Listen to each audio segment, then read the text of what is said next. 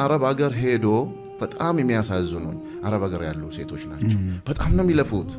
ህዝብ ነው ኮምፒያኖሩት ቤተሰብ ብቻ አይደለም ያኑት በአገር ደረጃ በተለይ አሁን ወደ ምስራቅ ኢትዮጵያ ብዙ የተጎዳን ሰው እነሱ ናቸው እኮ አየር ላይ የሚረዱት ካላቸው ብር ላይ አሁን ሶሻል ሚዲያ ላይ ምናልባት ኤሪያ ኦፍ ኢንተረስት ስላልሆነ ነው እንጂ የታመመ ሰው እነሱ ናቸው የሚረዱት። እኔ እነዚህ ማዳም ቤት የሚሰሩ ሴቶች በጣም ነው ማከብራቸው ከልቤ። አይኖሩትም ቤተሰብ ያኖራሉ፣ ወንድም አለ፣ እህት አለ፣ አካባቢው ላይ ይሄ የሚታመም ሰው አለ፣ የተቸገረ ሰው አለ። እነሱ የሚሰሩትን ስራ ግን ፈጣሪ ብቻ ነው የሚያውቀው።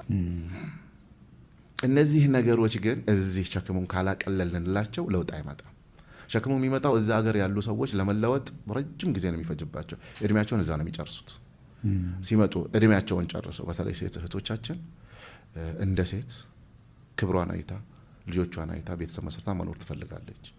ግን ረጅሙን ጊዜ እዛ ስለሚጨርሱ አብዛኞቹ ብሮቻቸውም ይበላሉ። ያለፈላቸው ሰዎች በጣም ጥቂት ናቸው።